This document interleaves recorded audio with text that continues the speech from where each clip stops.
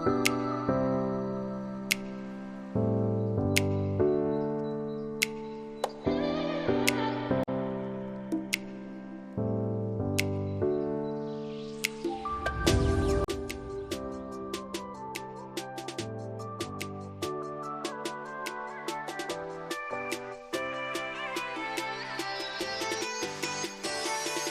All, welcome back to my channel. ನಾನು ನಿಮ್ಮ Mangala Chetan. After long time ನಾನು ಮತ್ತೆ ವ್ಲಾಗನ್ನು ಮಾಡ್ತಿದ್ದೀನಿ. ಸ್ವಲ್ಪ ಇನ್ಸಿಡೆಂಟ್ ಆಗಿದ್ದರಿಂದ ವಿಡಿಯೋಗಳನ್ನು ಮಾಡೋದಕ್ಕೆ ನನ್ನ ಹೆಲ್ತ್ ವೈಸ್ ಎಲ್ಲ ಓಕೆ ಇರಲಿಲ್ಲ. ಈಗ ಸ್ವಲ್ಪ ಎಲ್ಲ ಆದಮೇಲೆ ಒಂದು ಸ್ವಲ್ಪ ರಿಕವರ್ ಫೀಲ್ ಆಗ್ತಿದೆ. ಹಾಗಾಗಿ ಸ್ವಲ್ಪ ಪ್ರಿಪ್ರೇಷನ್ಗಳನ್ನು ಎಲ್ಲ ಮಾಡ್ಕೊಳ್ತಾ ಇದ್ದೀನಿ. ಸೊ ನಾನು ಸ್ವಲ್ಪ ಡೈರಿ ಐಟಮ್ಸನ್ನು ಮೇನ್ಲಿ ಯೂಶಲಿ ಫುಲ್ ವೀಕ್ಗೆ ಬೇಕಾಗಿರೋಷ್ಟು ಯೋಗರ್ಟು, ಪನ್ನೀರು, ತೋಫು, ಕರ್ಡು ಇವೆಲ್ಲವನ್ನು ತರಿಸ್ಕೊಂಡಿದ್ದೆ. ಅದ್ರ ಜೊತೆಗೆ ಅಫ್ಕೋರ್ಸ್ಗೆ ಮಕ್ಕಳಿದ್ದಾರೆ ಅಂದರೆ ಅವರಿಗೆ ಕುರುಕ್ ತಿಂಡಿನೂ ಬೇಕು. ನಾವು ಡಯಟ್ ಮಾಡ್ತೀವಂತ ಅವ್ರಿಗೆ ಕಂಪ್ಲೀಟ್ ಅವಾಯ್ಡ್ ಮಾಡೋಕ್ಕಾಗಲ್ಲ. ಬಟ್ ಕೆಲವು ಟೈಮ್ ಏಕೆಂದರೆ ಸ್ಕೂಲ್ಗಳಲ್ಲಿ ಕೇಳ್ತಾರೆ, ಅಂಥ ಟೈಮಲ್ಲಿ ಅವರಿಗೆ ಬೇಜಾರಾಗುತ್ತಲ್ಲ. ಸೊ ಬಂದು ಕೇಳಿದಾಗ ಅಟ್ಲೀಸ್ಟ್ ಒಂದು ದಿನಕ್ಕೆ ಒಂದು ಚಾಕ್ಲೇಟು ಓಕೆ, ಕೆಲವು ಟೈಮ್ ಕೊಡ್ತೀನಿ, ಕೆಲವು ಟೈಮ್ ಕೊಡೋದಿಲ್ಲ. ಹಾಗೆ ಸ್ವಲ್ಪ ವೆಜ್ಜೀಸ್ನೆಲ್ಲ ವಾಶ್ ಮಾಡಿ ಕಟ್ ಮಾಡಿ ನೆಕ್ಸ್ಟ್ ಡೇಗೆ ಪ್ರಿಪ್ರೇಷನ್ ಮಾಡಿ ಇಟ್ಕೊಂಡೆ. ಅಂದರೆ ನೆಕ್ಸ್ಟ್ ಟೈಮ್ ಮಕ್ಕಳಿಗೆ ಫ್ರೂಟ್ಸ್ಗಳನ್ನು ಕಳಿಸ್ತೀನಿ. ಅದ್ರ ಜೊತೆಗೆ ಸೌತೆಕಾಯಿ ಹಾಗೆ ಕುಕುಂಬರ್ ಹಸ್ಬೆಂಡ್ಗೆ, ಮತ್ತು ಪಲ್ಯಕ್ಕೋಸ್ಕರ ಕ್ಯಾಬೇಜು ಇವೆಲ್ಲವನ್ನು ಕಟ್ ಮಾಡಿ ಎತ್ತಿಟ್ಕೊಂಡೆ. ಹಾಗೆ ಪನ್ನೀರ್ಗಳನ್ನು ಕೂಡ ಕಟ್ ಮಾಡಿ ಎತ್ತಿಟ್ಕೊಂಡೆ.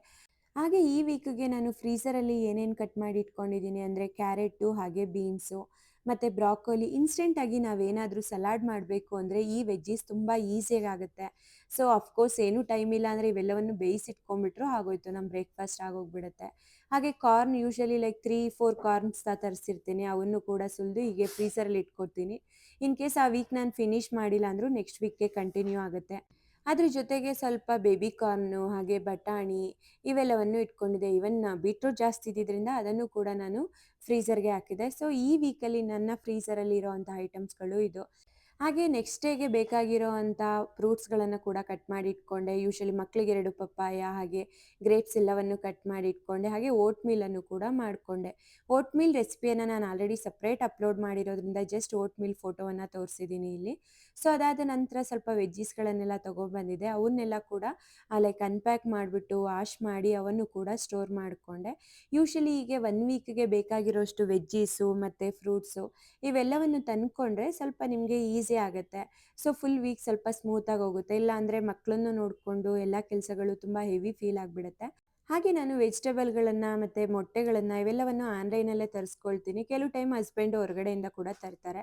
ಸೊ ಈ ಸರಿ ನಾನು ಆನ್ಲೈನಲ್ಲಿ ತರಿಸ್ಕೊಂಡಿದ್ದು. ಸೊ ತರಿಸಿರೋಂಥ ವೆಜ್ಜೀಸ್ಗಳನ್ನೆಲ್ಲ ಒಂದು ನೀರಲ್ಲಿ ಹಾಕ್ಬಿಟ್ಟು ಒಂದು 2-3 ಸ್ಪೂನಷ್ಟು ಉಪ್ಪನ್ನು ಹಾಕ್ಕೊಂಡು ಒಂದು ಹಾಫ್ ಆನ್ ಅವರ್ ಬಿಡ್ತೀನಿ. ಹಾಗೆ ಪಕ್ಕದಲ್ಲೇ ಮೊಟ್ಟೆಯನ್ನು ಕೂಡ ಬೇಯೋದಕ್ಕಿಟ್ಕೊಂಡೆ.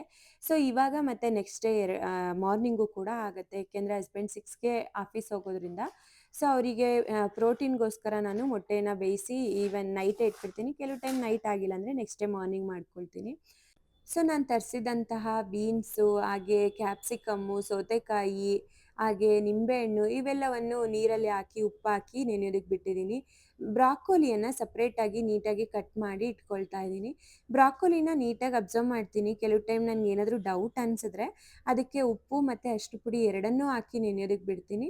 ಬಟ್ ಈ ಬ್ರಾಕೋಲಿ ತುಂಬ ಚೆನ್ನಾಗಿದೆ ಅಂದರೆ ಜಸ್ಟ್ ವಾಟರಲ್ಲಿ ಸೋಕ್ ಮಾಡಿಬಿಟ್ಟು ಕ್ಲೀನ್ ಮಾಡಿ ಫ್ರೀಝರಲ್ಲಿ ಇಟ್ಕೊಳ್ತೀನಿ. ಆ್ಯಕ್ಚುಲಿ ನನಗೆ ಬ್ರಾಕೋಲಿಯನ್ನು ಫ್ರೀಝರಲ್ಲಿ ಇಟ್ಟು ಕಂಫರ್ಟ್. ಏಕೆಂದರೆ ಕೆಲವು ಟೈಮ್ ಬ್ರಾಕೋಲಿ ಕಂಟಿನ್ಯೂಸ್ ಆಗಿ ತಿಂತೀವಿ, ಕೆಲವು ಟೈಮು ಬ್ರಾಕೋಲಿ ಬೇಡ ಅಂದ್ಬಿಡ್ತಾರೆ, ಆಗ ವೇಸ್ಟ್ ಆಗಿಬಿಡುತ್ತಲ್ಲ. ಹಾಗಾಗಿ ನಾನು ಯೂಶಲಿ ಬ್ರಾಕೋಲಿಯನ್ನು ಹೀಗೆ ಫ್ರೀಝರಲ್ಲಿ ಇಟ್ಕೊಳ್ತೀನಿ. ಸೊ ಇದಕ್ಕೂ ಕೂಡ ಒಂದು ಸ್ಪೂನಷ್ಟು ಉಪ್ಪು ಹಾಗೆ ಒಂದು 1/4 ಸ್ಪೂನಷ್ಟು ಅರಿಶಿಣದ ಪುಡಿಯನ್ನು ಹಾಕಿ ನೀರನ್ನು ಕೂಡ ಹಾಕಿ ಒಂದು ಹಾಫ್ ಆನ್ ಅವರ್ ಸೋಕ್ ಮಾಡೋದಕ್ಕೆ ಬಿಡ್ತೀನಿ. ಸೊ ವೆಜ್ಜೀಸ್ ಆ ಕಡೆ ಹಾಕಿದೆ, ಹಾಗೆ ಬ್ರಾಕೋಲಿಯನ್ನು ಕೂಡ ಈ ಕಡೆ ನೆನೆಯೋದಕ್ಕೆ ಇಟ್ಟಿದ್ದೀನಿ. ಹಾಗೆ ಹಸ್ಬೆಂಡ್ ಜಿಮ್ಮಿಂದ ಬರ್ತಾ ಅವರು ಕೂಡ ಮೊಟ್ಟೆಯನ್ನು ತಂದಿದ್ರು. ಯೂಶಲಿ ಅವರು ಜಿಮ್ಮಿಂದ ಬರ್ತಾ ಒಂದು 2 ಟ್ರೈ ಮೊಟ್ಟೆಗಳನ್ನು ತಂದುಬಿಡ್ತಾರೆ. ಸೊ ಕೆಲವು ಟೈಮ್ ಒಂದು 8-10 ದಿನಕ್ಕೆ ಬರುತ್ತೆ. ಹಾಗೆ ಮಶ್ರೂಮನ್ನು ಕೂಡ ತಂದಿದ್ರು. ಅದನ್ನು ಮಶ್ರೂಮ್ ಪ್ಯಾಕೆಟ್ ಸೇಮ್ ಹಾಗೆ ಎತ್ತಿಡ್ತೀನಿ ನಾನು. ಸೊ ಈಗ ಬ್ರಾಕೋಲಿ ಒಂದು ಹಾಫ್ ಆನ್ ಅವರ್ ಆಗಿದೆ, ತೊಗೊಂಡು ಒಂದು 3 ಸರಿ ವಾಶ್ ಮಾಡಿ ಅದನ್ನು ಒಂದು ಏರ್ಟೈಟ್ ಕಂಟೈನರ್ಗೆ ಟ್ರಾನ್ಸ್ಫರ್ ಮಾಡಿ ಫ್ರೀಝರಲ್ಲಿ ಎತ್ತಿಟ್ಕೊಳ್ತೀನಿ.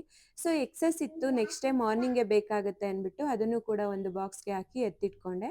ಸೊ ಅದಾದ ನಂತರ ನಾನು ಕರಿಬೇವಿನ ಸೊಪ್ಪನ್ನು ಕೂಡ ವಾಶ್ಗೆ ಇಟ್ಟಿದ್ದೆ ಅಲ್ಲ, ಅದನ್ನು ಕೂಡ ನೀರು ಡ್ರೈ ಆಗಲಿ ಅಂದ್ಬಿಟ್ಟು ಬೇರೆ ಕಂಟೈನರ್ಗೆ ಟ್ರಾನ್ಸ್ಫರ್ ಮಾಡಿಕೊಂಡು ಇಟ್ಕೊಂಡಿದ್ದೀನಿ. ಸೊ ಈಗ ಬ್ರಾಕೋಲಿ ವಾಶ್ ಆಗಿದ್ದನ್ನೆಲ್ಲ ಫ್ರೀಝರ್ಗೆ ಇಟ್ಕೊಳ್ತಾ ಇದ್ದೀನಿ. ಸೊ ಯೂಶಲಿ ನೋಡಿ, ನಾನು ಆಲ್ರೆಡಿ ತೋರಿಸಿದಂಥ ಎಲ್ಲ ಐಟಮ್ಸ್ಗಳು ಫ್ರೀಝರಲ್ಲಿ ಇಟ್ಟಿದ್ದೀನಿ. ಯೂಶಲಿ ನಾನು ಫ್ರೀಝರ್ಗೆ ಸಪ್ರೇಟ್ ಕಂಟೈನರ್ಸ್ ಮಾಡಿರೋದ್ರಿಂದ ಅದು ನೀಟಾಗೇ ಕಾಣುತ್ತೆ. So just like 89 rupees containers, ಅದು ಒಳ್ಳೆ ಆರ್ಗನೈಸರ್ಸ್ ಅಂತ ಹೇಳ್ಬೋದು. ಫ್ರೀಸರ್ ಸೇಫು, ಹಾಗೆ BPA ಫ್ರೀ ಇರೋದ್ರಿಂದ ನಿಮಗೆ ಬೇಕಿದ್ರೆ ನಾನು ಲಿಂಕನ್ನು ಡಿಸ್ಕ್ರಿಪ್ಷನ್ ಬಾಕ್ಸಲ್ಲಿ ಕೊಟ್ಟಿರ್ತೀನಿ. ಹಾಗೆ ವೆಜ್ಜೀಸ್ನ ನಾನು ಸಾಲ್ಟ್ ವಾಟರಲ್ಲಿ ಸೋಕ್ ಮಾಡಿದ್ನಲ್ಲ, ಅದು ಒಂದು ಹಾಫ್ ಆನ್ ಅವರ್ ಆಗಿತ್ತು. ಅದನ್ನೊಂದು 3-4 ಸರಿ ವಾಶ್ ಮಾಡಿಕೊಂಡು ಅದನ್ನು ಕೂಡ ಒಂದು ಕಾಟನ್ ಟವಲ್ ಮೇಲೆ ಡ್ರೈ ಮಾಡ್ಕೊಳ್ತೀನಿ. ಸೊ ಅದೆಲ್ಲ ನೆಕ್ಸ್ಟ್ ಡೇ ಮಾರ್ನಿಂಗು ಸೊ ಎಲ್ಲ ನೀಟಾಗಿ ಡ್ರೈ ಆಗಿದೆ ನೋಡಿ. ಇದನ್ನು ಒಂದು 8 ಕಂಟೈನರ್ಗೆ ಟ್ರಾನ್ಸ್ಫರ್ ಮಾಡ್ಕೊಳ್ತಾ ಇದ್ದೀನಿ. ಸೊ ಚೆನ್ನಾಗಿ ವಾಶ್ ಆಗಿರೋದ್ರಿಂದ ಇನ್ಸ್ಟೆಂಟಾಗಿ ನೀವು ಯೂಸ್ ಮಾಡ್ಕೋಬೋದು ನೆಕ್ಸ್ಟ್ ಡೇಗೆ. ಸೊ ನೋಡಿ, ಬೀನ್ಸ್ ಜಾಸ್ತಿ ಇದ್ದಿದ್ದರಿಂದ ಬೀನ್ಸನ್ನು ಈ ರೀತಿ 8 ಕಂಟೈನರ್ಗೆ ಟ್ರಾನ್ಸ್ಫರ್ ಮಾಡಿ ಇಟ್ಕೊಳ್ತಾ ಇದ್ದೀನಿ. ಹಾಗೆ ಕ್ಯಾಪ್ಸಿಕಮ್ಮು, ಅದ್ರ ಜೊತೆಗೆ ನಿಂಬೆಹಣ್ಣು, ಕರಿಬೇವು, ಹಾಗೆ ಸೌತೆಕಾಯಿ ಇವೆಲ್ಲವನ್ನು ಅದಕ್ಕೆ ಆದಂಥ ಒಂದು ಕಂಟೈನರ್ಗಳನ್ನು ಇಟ್ಕೊಂಡಿದ್ದೀನಿ. ಅವಕ್ಕೆ ಟ್ರಾನ್ಸ್ಫರ್ ಮಾಡಿಕೊಂಡು ಎತ್ತಿಟ್ಕೊಳ್ತಾ ಇದ್ದೀನಿ.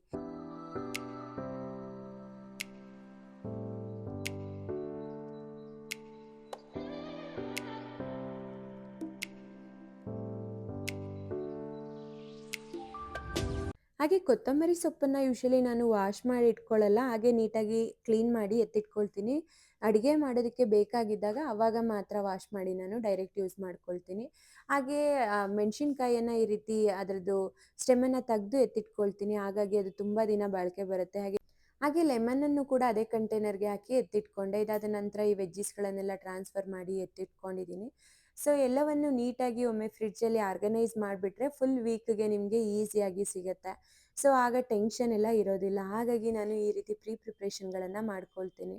ಸೊ ಈಗ ಆದರೆ ನಿಮಗೆ ಟೈಮು ಸೇವ್ ಆಗುತ್ತೆ, ಹಾಗೆ ಮಾರ್ನಿಂಗ್ ಸ್ವಲ್ಪ ಲೈಕ್ ವರ್ಕು ಫಾಸ್ಟಾಗಿ ಫಿನಿಶ್ ಆಗುತ್ತೆ. ಹಾಗಾಗಿ ನಾನು ಈ ರೀತಿಯ ಪ್ರೊಸೀಜರ್ಗಳನ್ನು ಫಾಲೋ ಮಾಡ್ಕೊಳ್ತೀನಿ. ಸೊ ನೋಡಿದ್ರಲ್ಲ, ಈಗ ಆರ್ಗನೈಸೇಷನ್ ಆಯಿತು. ಅದಾದ ನಂತರ ನಾನು ನೆಕ್ಸ್ಟ್ ಮಾರ್ನಿಂಗು ವೆಜಿಟೇಬಲ್ ಎಲ್ಲ ಬೇಯೋದಕ್ಕಿಟ್ಟಿದ್ದೆ. ಆಲ್ರೆಡಿ ಕಟ್ ಮಾಡಿ ಇಟ್ಟಿದ್ದರಿಂದ ಫ್ರೀಸರಲ್ಲಿ ಇನ್ಸ್ಟೆಂಟಾಗಿ ಬೇಯೋದಕ್ಕಿಟ್ಕೊಂಡೆ. ಸೊ ಇದಾದ ನಂತರ ನಾನು ಓವರ್ನೈಟ್ ಸೋಕ್ ಮಾಡಿಟ್ಟಿದ್ದಂಥ ಓಟ್ ಮೀಲ್ನ ಒಂದು ಕಂಟೈನರ್ಗೆ ಟ್ರಾನ್ಸ್ಫರ್ ಮಾಡಿಬಿಟ್ಟು ಸ್ವಲ್ಪ ನೋಡೋದಕ್ಕೆ ಇಷ್ಟ ಆಗಲಿ ಅಂತ ಒಂದು ಸ್ವಲ್ಪ ಡೆಕೋರೇಟ್ ಮಾಡಿಬಿಟ್ಟು ಹಸ್ಬೆಂಡ್ಗೆ ಕೊಟ್ಟೆ. ಅವರು ತುಂಬ ಖುಷಿಯಾಗಿ ತಿಂತಾರೆ. ಸೊ ಈ ರೀತಿ ಒಂದು ಸ್ವಲ್ಪ ಡೆಕೋರೇಟ್ ಮಾಡಿದರೆ ನೋಡೋದಕ್ಕೂ ಚೆನ್ನಾಗಿ ಅನಿಸುತ್ತಲ್ಲ, ಹಾಗಾಗಿ ಈ ರೀತಿ ಡೆಕೋರೇಟ್ ಮಾಡಿ ಅವರಿಗೆ ಕೊಟ್ಟೆ. ಹಾಗೆ ಸ್ಟ್ರಾಬೆರೀಸ್ ಎಕ್ಸ್ಟ್ರಾ ಆಯಿತು, ಹಸ್ಬೆಂಡ್ ಸ್ಟ್ರಾಬೆರಿ ಬೇಡ ಅಂದಿದ್ದಕ್ಕೆ ಅದನ್ನೇ ಟ್ರಾನ್ಸ್ಫರ್ ಮಾಡಿಬಿಟ್ಟು ಸೊ ಮಕ್ಕಳಿಗೆ ಸ್ಟ್ರಾಬೆರಿ, ಸ್ವಲ್ಪ ಮಿಲ್ಕು, ಒಂದು ಸ್ಪೂನಷ್ಟು ಶುಗರನ್ನು ಹಾಕಿ ಸ್ಟ್ರಾಬೆರಿ ಮಿಲ್ಕ್ ಶೇಕನ್ನು ಮಾಡಿ ಕೊಟ್ಟೆ. ಮಕ್ಳಿಗೂ ಇಷ್ಟ ಆಗುತ್ತೆ, ತುಂಬ ಚೆನ್ನಾಗಿರುತ್ತೆ, ಒಮ್ಮೆ ಟ್ರೈ ಮಾಡಿ ನೋಡಿ. ಇಂಗ್ರೀಡಿಯೆಂಟ್ಸ್ ಏನೂ ಬೇಕಾಗಿಲ್ಲ, ಜಸ್ಟ್ ಹಾಲು, ಸ್ಟ್ರಾಬೆರಿ ಮತ್ತು ಸ್ವಲ್ಪ ಸಕ್ಕರೆಯನ್ನು ಹಾಕ್ಕೊಂಡ್ರೆ ಸಾಕು. ಟೇಸ್ಟ್ ಕೂಡ ತುಂಬ ಅಂದರೆ ತುಂಬ ಚೆನ್ನಾಗಿರುತ್ತೆ. ಬಟ್ ಸ್ಟ್ರಾಬೆರಿ ಮಿಲ್ಕ್ ಶೇಕ್ ಮಾಡಿ ಲೈಕ್ ಇಮಿಡಿಯೇಟ್ ಒಂದು 5-10 ನಿಮಿಷಕ್ಕೆ ಫಿನಿಶ್ ಮಾಡಬೇಕು, ಇಲ್ಲಾಂದರೆ ಅದು ಟೇಸ್ಟ್ ಚೆನ್ನಾಗಿ ಅನಿಸಲ್ಲ. ಸೊ ನೋಡಿ, ಇಷ್ಟು ಚೆನ್ನಾಗಿ ಬಂದಿದೆ. ಸೊ ಇದು ಕೂಡ ರೆಡಿ ಆಯಿತು.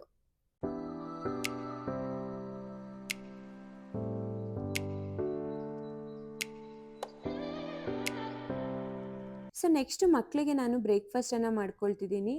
ಸೊ ಡೈರೆಕ್ಟ್ ವೆಜಿಟೇಬಲನ್ನು ಕೊಟ್ಟರೆ ಅವರು ಅಷ್ಟು ತಿನ್ನಲ್ಲ, ಹಾಗಾಗಿ ಈ ರೀತಿಯ ಟ್ರಿಕ್ಕನ್ನು ಯೂಸ್ ಮಾಡ್ಕೊಳ್ತಿದ್ದೀನಿ. ಒಂದು ಚಾಪರ್ಗೆ ನಾನು ಕ್ಯಾಪ್ಸಿಕಮ್ಮು, ಕ್ಯಾರೆಟು, ಕೊತ್ತಂಬರಿ ಸೊಪ್ಪು, ಕ್ಯಾಬೇಜು, ಈರುಳ್ಳಿ ಇವೆಲ್ಲವನ್ನು ಹಾಕ್ಕೊಂಡು ನೀಟಾಗಿ ಚಾಪ್ ಮಾಡ್ಕೊಳ್ತೀನಿ. ಈ ರೀತಿ ಮಧ್ಯೆ ಯಾಕೆ ಇಟ್ಟಿದ್ದೆ ಅಂದರೆ, ನಾವು ಟ್ರಾನ್ಸ್ಫರ್ ಮಾಡ್ತಾ ಸಣ್ಣ ಪೀಸ್ ಬಿದ್ದರೆ ಅದು ಸ್ಟಕ್ ಆಗುತ್ತಲ್ಲ, ಹಾಗಾಗಿ ಈ ರೀತಿ ಮಧ್ಯೆ ಒಂದು ಪೀಸನ್ನು ಇಟ್ಬಿಟ್ಟು ಚಾಪರ್ಗೆ ಟ್ರಾನ್ಸ್ಫರ್ ಮಾಡಿಕೊಂಡೆ. ಇದು ಜಸ್ಟ್ ಈಸಿ ಮೆಥಡು. ಎಲ್ಲ ನೀಟಾಗಿ ಸಣ್ಣಗೆ ಹಚ್ಚಿರ್ತೀವಲ್ಲ, ಆವಾಗ ಅವ್ರಿಗೆ ಈಸಿಯಾಗಿ ಇನ್ಸ್ಟೆಂಟಾಗಿ ಬ್ರೇಕ್ಫಾಸ್ಟ್ ಮಾಡ್ಬೋದು. ಸೊ ನಾನು ಮಿಕ್ಸ್ ವೆಜ್ಜೀಸನ್ನು ಹಾಕಿ ಆಮ್ಲೆಟನ್ನು ಮಾಡ್ತಾಯಿದ್ದೀನಿ. ಸೊ ಹಾಗೆ ಒಂದು ಬೌಲ್ಗೆ ಒಂದು 4 ಮೊಟ್ಟೆಯನ್ನು ತೊಗೊಂಡು ಚೆನ್ನಾಗಿ ಬೀಟ್ ಮಾಡ್ಕೊಳ್ತಾ ಇದ್ದೀನಿ.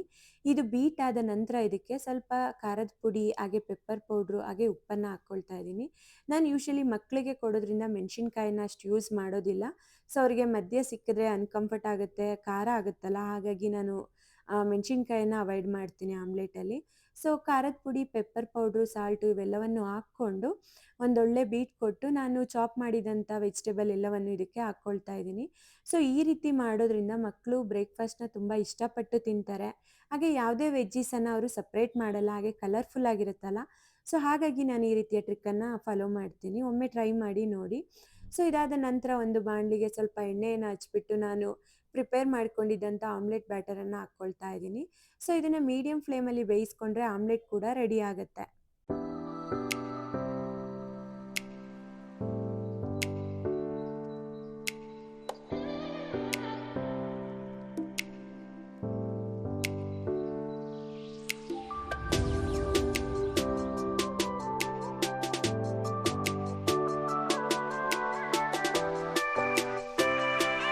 ಸೊ ನೋಡಿ, ಮಕ್ಕಳಿಗೆ ಬ್ರೇಕ್ಫಾಸ್ಟ್ಗೆ ಆಮ್ಲೆಟ್ ರೆಡಿ ಆಯಿತು, ಹಾಗೆ ಹಸ್ಬೆಂಡ್ಗೆ ಎಗ್ಗು ಮತ್ತು ಬಾಯ್ಲ್ಡ್ ವೆಜ್ಜೀಸ್ ಕೂಡ ರೆಡಿ ಆಯಿತು.